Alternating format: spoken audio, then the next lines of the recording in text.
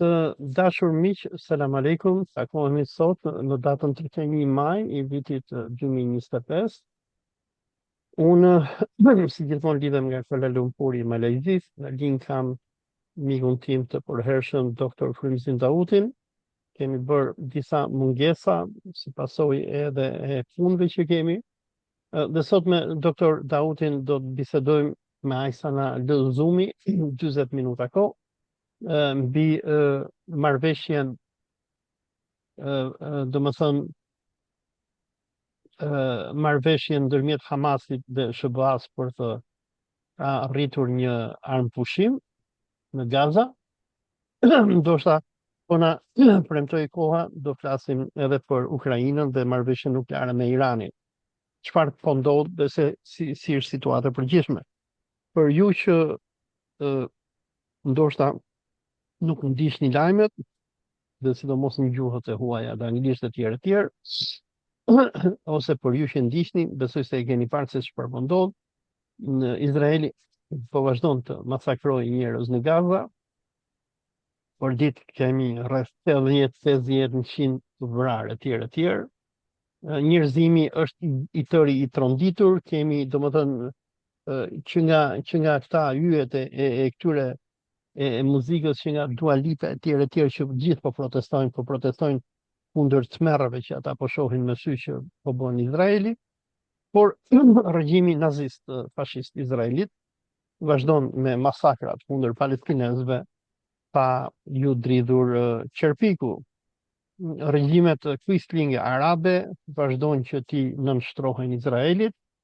Për ata që ndjekin mediat perëndimore apo edhe izraelite, qeveria e Ahmed al-Sharës në Siri është duke lutur për ditë e për natë Izraelin për paqe, ndërsa Izraeli sot ka vazhduar me bombardimet e tij ndaj Sirisë, ka bombarduar baza ushtarake me armatime nga koha e Asadit.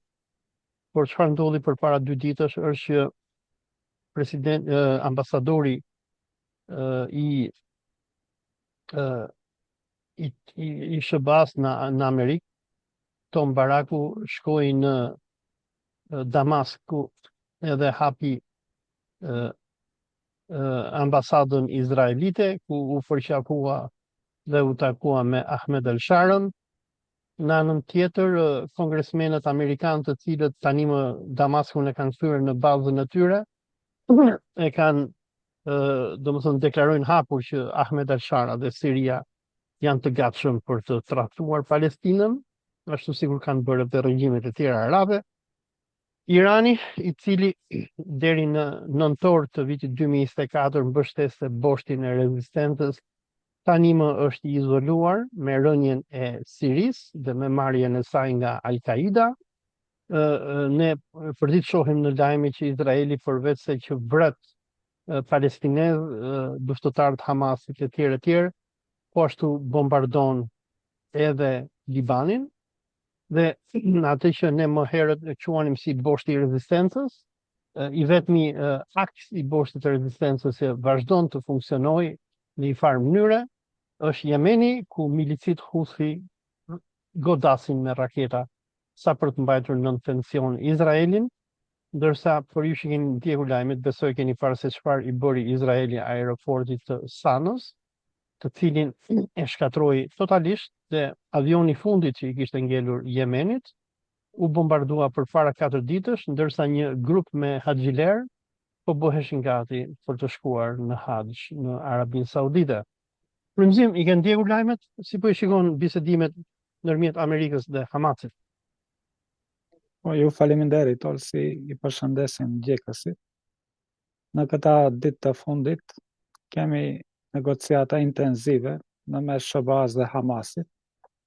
Pra, nëse e shikojmë parimin e SBA-s, të cilët thuajnë se ne nuk negocionojmë me terroristët, ata e kanë thyer këtë parim dhe janë të detyruar që të bisedojnë me Hamasin, edhe pse e kanë shpallur zyrtarisht si një organizatë terroriste. Por ata janë të vetëdijshëm që Hamasi nuk është organizatë terroriste, Hamasi është organizim politik, i popullit të Palestinës dhe kuptohet në zgjedhjet e 2006-s ata edhe fituan legjitimitetin për ta udhëhequr popullin e Palestinës dhe pavarësisht lobit izraelit për ta shpallur organizatë terroriste, si duket kjo administratë ka hequr në dorë që ta konsideroj Hamasin terrorist, organizatë terroriste dhe negocianon dhe në bas përfaqësuesit shifut të Trumpit, Witkoff, ai ka arritur një marrëveshje me Hamasin dhe tani presin dritë jeshile nga qeveria e Izraelit. Qeveria e Izraelit nuk është se ka shumë zgjidhje, ata në këta thuajse afër 2 vjet dështuan që ta okupojnë Gazën dhe ti lirojnë ushtarët izraelit të marrur si ta quajmë, ma i quajmë pengje, të burgosur ushtarak, apo të burgosur lufte, pa.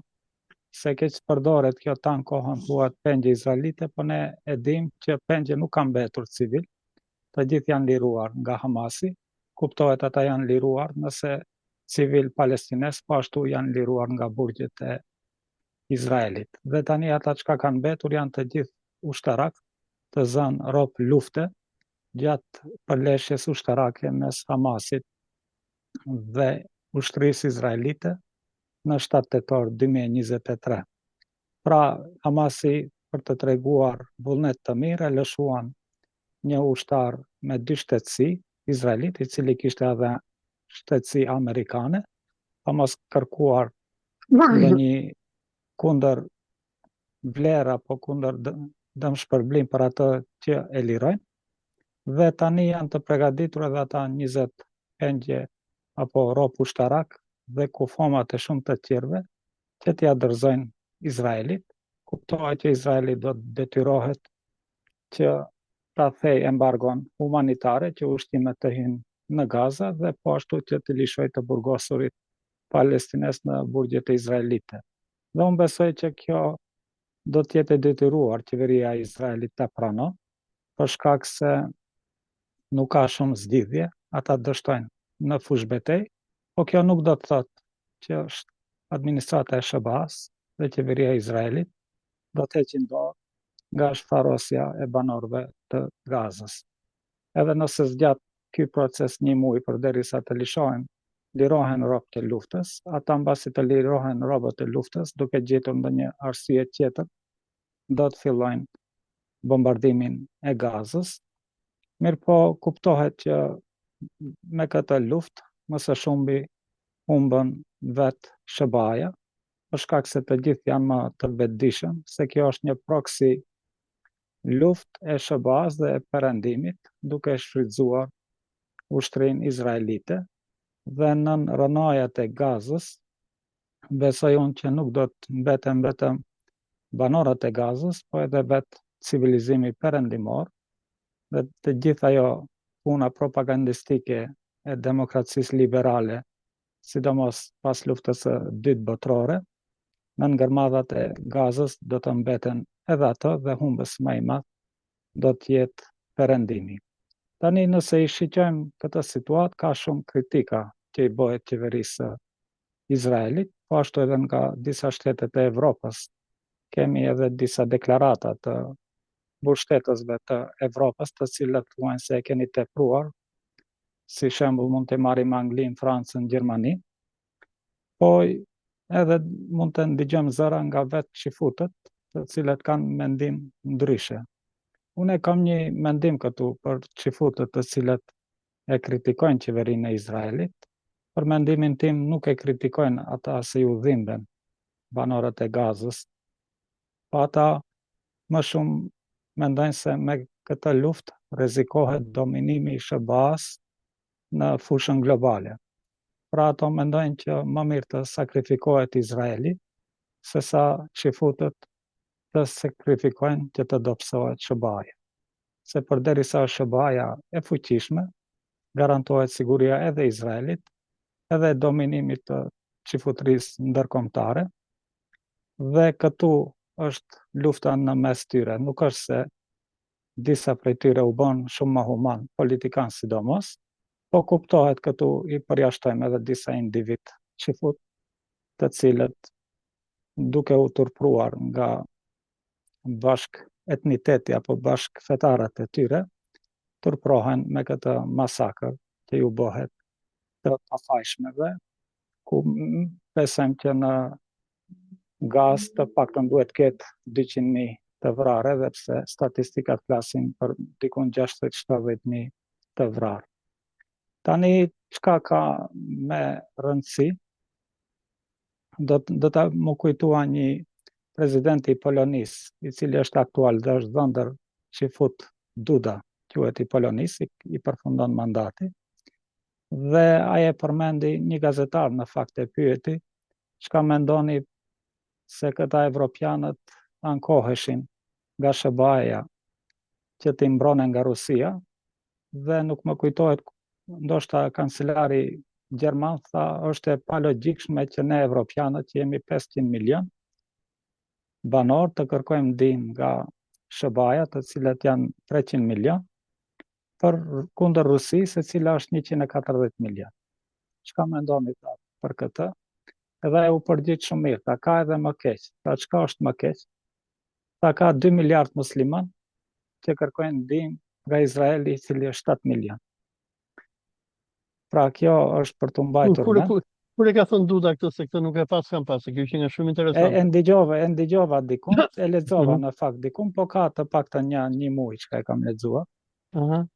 Dhe kuptoj që e mbajta mend, se ju e dini ose unë edhe isha edhe në Turqi këta ditë.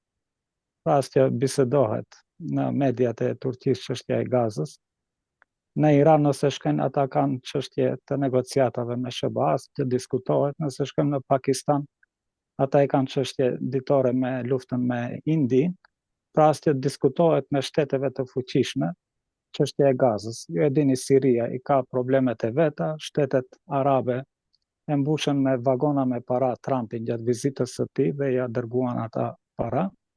Pra Gaza në këta 2 miliard musliman ka mbet jetim dhe janë të pak këta që komentojmë, si unë edhe ty. Pra nëse i shfaq edhe mediumet e shteteve me popullat muslimane, as që diskutohet çështja e Gazës, të gjithë e kanë kuptuar se janë të pafuqishëm. Tani kuptohet që ata e kuptojnë se Izrael do me thonë SBA dhe Perëndim, dhe e konsiderojnë veten të pafuqishme që ta luftojnë perëndimin kolektiv. Dhe për këtë kuptohet që ndihmon Izraeli që ata kanë bomba atomike, dhe përderisa kanë bomba atomike, shtetet përreth, sidomos muslimane, janë në rrezik eminent. Por nëse marrim që Pakistani ka bomba nukleare, kjo nënkupton se këta shtete, Turqia, Irani, Pakistani, mund të solidarizohen dhe ta detyrojnë Izraelin që ta ndërpres gjenocidin, po kjo nuk ndodh. Tani nuk mund të him thellësisht pse ata nuk mund të bashkohen, se kjo nuk ndodh, po kjo është realiteti dhe ne jemi këtu për ta komentuar këtë. Çka është edhe më e keqja, para ndoshta një jave, një kongresmen amerikan, pra në dhomën e përfaqësuesve të SBA-s, doli në televizion dhe gjatë një interviste tha që duhet Gazës t'i hudhin bombë atomike. Tha ashtu sikur i është hudhur Nagasakit dhe Hiroshimës, tha këtu bëhet fjalë për një kulturë tjetër dhe nuk kemi zgjidhje tjetër përveç se t'i hudhim një bombë atomike. Dhe për fatkeqësisht asnjë nga politikanët e administratës së Trump, i cili vinte nga Partia Republikane, ky që e tha të hudhet bomba atomike në televizion, asnjë nuk e qortoi apo nuk e kritikoi apo nuk kërkoi që të ngrihet një komision pune në Kongresin Amerikan dhe ta përjashtojnë nga Partia Republikane. Kjo do të thotë se Gazën ata në të vërtet nuk i konsiderojnë banorët e Gazës njerëz. Dhe kjo edhe prandaj e thash në fillim që në gërmadhat e Gazës do të mbetet edhe civilizimi perëndimor dhe pushteti i madh i çifutrisë ndërkombëtare, të cilët duke shfrytzuar fuqinë ushtarake të SBA-s dhe ekonomike e mbizotruan botën deri më sot, por besoj që ajo do t'i kalon e të kaluarës. Sa do zgjaset 2 vjet, 5 vjet, 10 vjet, por ne kuptohet që do të arrijmë që ta shohim shuarjen e perandorisë së tyre dhe mandej ndoshta kur do dalin për Iranin mund të flasë edhe pak për bombat atomike të Izraelit. Po, Gjatë kohës që ju po prezantonit unë hapa Twitterin edhe po lexoja këtë pak a shumë pikat e marrëveshjes ndërmjet SBA-s dhe Izraelit për 60 ditë pushtim zjarri, ku amerikanët i kanë kërkuar Hamasit që të lëshoj 10 pengje izraelite. E shikon listën? E shikon po, pikat? duket. Po, Edhe në shkëmbim i kanë premtuar ndihmë humanitare, i kanë premtuar që Izraeli do ndaloj aktivitetin e tij ushtarak, e tjerë e tjerë. Por, sikur tregon profesor Sami El Arian, një aktivist amerikan, të cilit edhe ja mora këtë postim, ai thotë që ndërsa Witkoff edhe Hamasi kanë arritur në këtë lloj marrëveshje, ku Hamasi kërkonte lirimin e pengjeve palestineze që Izraeli mban. Momentet e fundit Donald Trumpi, ai Netanyahu e ka kanceluar këtë, ku ka futur edhe pikat e tija më brapa. Puna është që Netanyahu është i vendosur për të mos bërë faqe, për fatin tonë të keq, administrata e Trumpit është shumë e dobët përpara lobit zionist, e ka frikë atë, edhe nuk bën asgjë. Ajo që ti përmendë, domethënë që qeveritë perëndimore që nga Franca, Britania e Madhe e tjerë po protestojnë nga që të gjithë e dinë se si Izraeli është duke vrarë njerëzit me uri. Ne kemi parë skena të tmerrshme në ditët e fundit, se si palestinezët janë kthyer pak a shumë si ne shqiptarët në vitet 90-91, kur na mbaruan furnizimet ushqimore dhe u bën të egër dhe i vërsuleshim dyqaneve të bukës për marrë një copë buke. Dhe domethënë Izraeli vazhdon me vrasjet masive, me zhdukjet masive të palestinezëve, me vrasjen me uri, dhe për fat keq, sikur edhe ju përmendët, për fatin ton të keq, bota islamike është bërë tradhtare dhe nuk po bën asnjë që t'japi fund gjenocidit. Ato domethënë që ne shohim në Gaza janë pamje të tmerrshme, dhe të vjen edhe keq domethënë se shikon më shumë perëndimorët sot për shembull, pas ka patur protest, nuk e di ne shikon, kam hapur faqen e Al po, Jazeera-s, ka patur protest për Gazën në Athinë.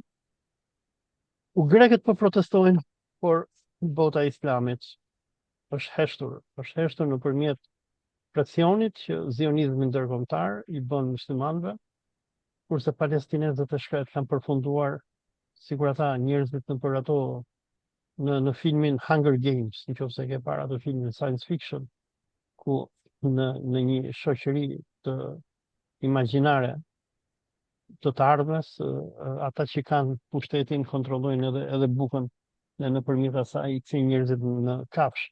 Po, për marrëveshjen nukleare ndërmjet Iranit dhe Amerikës, çfarë mendon? po mirë, negociatat vazhdojnë, po ashtu përfaqësues për negociatat është përsërit Çifuti Witkoff, sido që t'jetë ai, sido që marrëveshja të arrihet, ata patjetër do duhet të konsultohen me qeverinë e Izraelit. Kjo nënkupton se diplomacinë amerikane e udhëheqin Çifutët, jo vetëm diplomacinë, po këtë e them olsi se dëgjoj edhe shpesh edhe në Shqipëri fjala disa që mbahen intelektual dhe që kanë një pak mendim ndryshe, jo ato klasikët që janë pro-perëndimor, dhe thuajnë ka komplotista që mendojnë se Çifutët e udhëheqin botën apo hebrejët, si të jenë më political correct. Mirë po, olsi ne jemi të shkolluar, Ne kur themi që qifutët e kontrollojmë botën, nuk i themi këtë se kemi lexuar ndonjë teori konspiracioni. Ne këtë i themi nga dituria jonë që e kemi marrë në shkolla, nga librat që i kemi lexuar dhe në këtë konkluzion kemi arritur. Prandaj edhe negociatori kryesor i qeverisë amerikane është Qifuti Witkoff. Në mandatin e parë, negociator Trumpi e kishte dhëndrin e tij Qifut Kushner, pra kur do që të jetë në pushtet, përsëri negociatori do të jetë Qifut. Tani unë ndaj mendimin që këta negociata janë në dëm të Iranit. Unë shpresoj që Irani të largohet sa më shpejt nga këta negociata, për arsye se nëse ata izraelitët dhe qifutëria ndërkombëtare ndihej të sigurt që mund ta fitojnë Iranin, ta pushtojnë Iranin, ta ndërojnë regjimin e tyre, ata as pak që do të hinin në negociata. Neve na kujtohet disa muaj më herët, ata tentuan që ta sulmojnë Iranin, por tentimi i tyre ishte absolutisht një dështim i madh, edhe pse mediat u përpoqën që të thuajnë se jo patën sukses dhe shumë raketa kundër ajrore arritën të shkatrojnë, po unë jam i sigurt që po të ishte ai rasti, ata do të kishin vazhduar me bombardimet dhe sot do ta kishin rrëzuar qeverinë e Iranit. Mirë, po kjo nuk është rasti, prandaj u detyruan që të hynë në negociata. Tani unë besoj që nëse Irani hyn në negociata, duhet të ketë një kusht.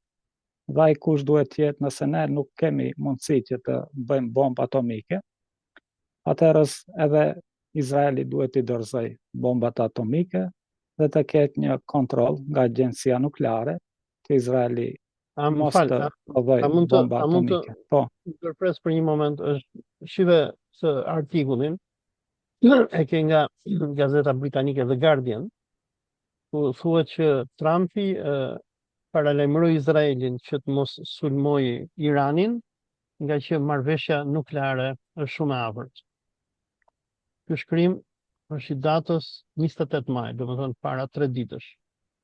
Unë kam bërë një postim në Facebook për para disa ditësh ku kritikoja qeverinë e Pezeshkianit. Ky është postimi im, ku thoya që qeveria iraniane e Pezeshkianit i dorëzohet zionizmit. Tani, në çfarë unë po kuptoj? Me marrëveshjen nukleare që Trumpi po kërkon të bëjë me Iranin, po kërkon disa gjëra. E para, Irani mos të ketë program nuklear. Domethënë që Irani mos të zhvillojë armët bërthamore. E dyta, po ka tratativa dhe është insistimi i Izraelit, Izraeli kërkon opsionin libian, nëpërmjet të cilit kërkon që të shkatrohet i gjithë programi nuklear iranian, domethënë edhe ai për prodhimin e energjisë, por që iranianët e kanë vënë si vijën e kuqe që nuk e kalojnë. Ama ky lajm që është hapur nga mediat iraniane më ka shqetësuar shumë. Sepse mediat iraniane prej TV e tjerë tregon që Irani ka pranuar konventën e OKB, si quhet United Nations Convention Against Transnational Organized Crime, dhe do të pranoj edhe konventën of Combating Financing of Terrorism.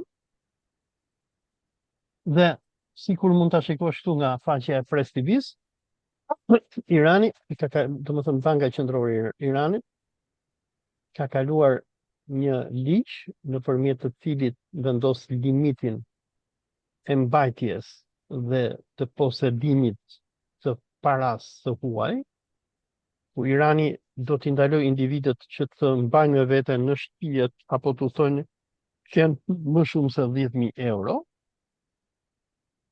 Dhe për më tepër Irani ka, domethënë qeveria iraniane ka kaluar ligjin për të t'ju bashkuar konventës FATF.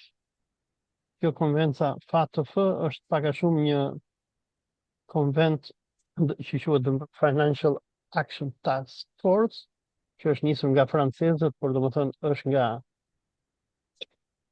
domethënë është nga zionistët, dhe qëllimi i kësaj konvente është që Irani ka pranuar të jetë pjesë e një koalicioni botëror për të luftuar pastrimin e parave dhe financimin e terrorizmit. Dhe kjo konvent e ka blacklistur Iranin që në vitin 2020, nga që Irani ka refuzuar që t'i bashkohet kësaj konvente. Tani, si e lexojmë këtë dhe çfarë do të thotë kjo, dhe pse për mua kjo është çmenduri. Kjo është çmenduri sepse, domethënë se bëra edhe një bisedë tjetër në TV-n me Red Barakun, ku e sqaroja këtë momente. Fjala bie, vende sikur Katari apo Turqia që e duan Hamasin, nuk guxojnë që t'japin asnjë lek Izzedin Al-Qasamit, grupit armatosur të Hamasit. Pse? Nga që vendet e botës sot, përveç Rusisë dhe Kinës, që janë pjesë e këtyre konventave, i deklarojnë të gjitha të ardhurat e tyre, saj konvente që kontrollohet nga zionizmi ndërkombëtar, dhe nëse Katari do guxonte të jepte Izzedin Al-Qasamit i sigur qoftë edhe $1 për blerë një plumb, Katarin do ta shpallnin direkt në shtet terrorist. Të njëjtën gjë bën Turqia etj etj. Nuk e di se sa je në brendi për shembull, vendet sikur Arabia Saudite, Emiratet Arabi, Katari etj, amerikanët ja kanë vënë duart në fyt, dhe po ti shohësh këto vendet sunite muslimane, vetmja para që ata japin është nëse muslimanët në përbot të bëjnë veprimtari kulturore, kurbane, pilate, iftare, çfarë bëjnë ata. Por asnjë gjë për politikë islamike, asnjë gjë për vetmbrojtjen e muslimanëve etj etj. Ndërsa Irani, duke qëndruar jashtë këtyre konventave, është vend i lirë. Mund ta financojë Hamasin, Hizbullahin dhe nuk i jep llogari kujt se çfarë bën me paratë e tij. Por në momentin që Irani do bëhet pjesë e këtyre konventave, atëherë do bëhet sigur Shqipëria apo Maqedonia apo Kosova. Vendet tona janë totalisht kolonizuara. Bankat tona, borxhi publik menaxhohen, ne kemi thënë më herët, nga familja Rothschild etj etj. Dhe i gjithë sistemi ynë bankar i raportohet zionizmit ndërkombëtar. Ata e dinë për shembull se sa lek ke ti në bank, sa lek kam unë në bank. Dhe nuk e di, bëra një video dje në emisionin Okult me atë Alfred Shakun, ku diskutoja me Alfredin, ligjin më të ri që po nxjerr Edi Rama tani në Shqipëri pasi ftoi zgjedhjet, ku ai, domethënë banka qendrore e Shqipërisë etj etj, nuk do t'i lejoj change-et në Shqipëri që të thyen më shumë se 10.000 euro. Pse bëhet kjo? Kjo bëhet që ti kontrollohet paraja njerëzve. Domethënë zionistët duan me atë programin e tyre global për kontrollin e qenies njerëzore, një nga qëllimet kryesore që ata kanë është kontrolli i parave njerëzimit, sepse kur i kontrollon parat njerëzimit nuk ka më revolucion. Ne e dim për shembull që bolshevikët nuk do ta bënin revolucionin e tyre kundër qeverisë Aleksandr Kerenskit, sigur mos ishte spionazhi gjerman që do financonte Leninin. Dhe unë këtë e shoh si shumë të rrezikshme. Frymëzim kemi vetëm 10 minuta me Zoomin, nuk do flasim dot për Rusin, por po munde unë dua domethënë që të elaborojmë këtë punë, të pikë ku unë e shoh pak a shumë si një farë tradhtie nga qeveria e Pezeshkianit ndaj idealeve të revolucionit islamik iranian, ndaj Khomeinit. Nëse Irani do t'i dorëzoj sistemin e tij bankar zionizmit ndërkombëtar, atëherë Irani nuk do të jetë më Iran. Ta do t'ja heqin sanksionet, sigur ja hoqin Ahmed Al-Sharrë, si e marrin e puthin e takojnë etj etj, sepse unë mendoj që Irani paraqet dy rreziqe për zionizmin ndërkombëtar. E para është programi nuklear, nëse Irani zhvillon bombën bërthamore, atëherë Izraeli nuk do ketë më hegemoninë në Lindjen e Mesme. Sigur thoshte Netanyahu në librin e tij Combating Terrorism, Fighting Terrorism 1995. Thoshte në momentin që muslimanët do zhvillojnë bombën bërthamore, do thonë na erdhi ndihma e Allahut. Dhe e dyta është duke i dorëzuar sistemin e tyre ekonomik, ta do humbin pavarësinë e tyre. Si e komenton këtë? Po, kuptohet për këtë marrëveshje që ka thua, e humbin sovranitetin financiar të shtetit. Tani si në Iran, po ashtu ka propagandë të madhe perëndimore. Pra sidomos në qytetet e mëdha, kjo është fenomen sociologjik. Nëse shkon në Teheran, edhe pse s'kam qenë, po kam shok që frekuentojnë në Turqi, sidomos në Stamboll ka shumë prej Iran. Ata thuaj se shumica e tyre kanë mendim pozitiv për Amerikën. Të paktën ka pas, kuptohet kjo lufta në Gaza u ka ndryshuar mendimin shumë vetave. Po ata duhet të kuptojnë iranasit që çdo hyrje në një institucion financiar nënkupton dhënien e sovranitetit financiar i Izraelit apo çifutrisë ndërkombëtare. Për shkak se të gjitha ata institucione janë themeluar dhe janë në shërbim të çifutrisë ndërkombëtare dhe kontrollohen nga çifutët, qoftë nëpërmjet politikës amerikane apo të Bashkimit Evropian. Dhe tani e kemi lajmin e fundit se Elon Musk si duket u larguar nga qeveria e Trumpit dhe neve na kujtohet se ai deshi që të bëjë një revizion në Federal Reserve të bankës si konsiderohet si bank qendrore e SBA-s, edhe pse nuk është bank qendrore, është bank private e çifutrisë ndërkombëtare. Dhe Trumpi kishte është nëpërmjet Truth Social që floriri apo ari i Gjermanisë nuk jam i sigurt ta është në vend. Pra është i deponuar aty se ari i Gjermanisë është i deponuar në Federal Reserve dhe ka dikon 1300 ton ar. Gjermania është ndoshta ndër 5 shtetet më të mëdha me rezerva të arit, ndoshta pas SBA-s, Kinës, Rusisë, ndoshta vjen Gjermania dhe edhe pse gjermanët kanë bërë një kërkesë të ta tërheqin arin, sidomos tani çka është vlera është rritur shumë dhe janë në krizë ekonomike, por ato nuk e marrin arin. Dhe si duket, ai ar që ekziston dhe as që do të munden ta marrin, për shkak se është vjedhur nga çifutria ndërkombëtare. Dhe dua të them që kur Elon Musk nuk pati asnjë sukses aty, as që të fillojë një proces të vogël, këta të Iranit duhet ta kuptojnë se organet financiare botërore globale janë në duart të çifutrisë ndërkombëtare dhe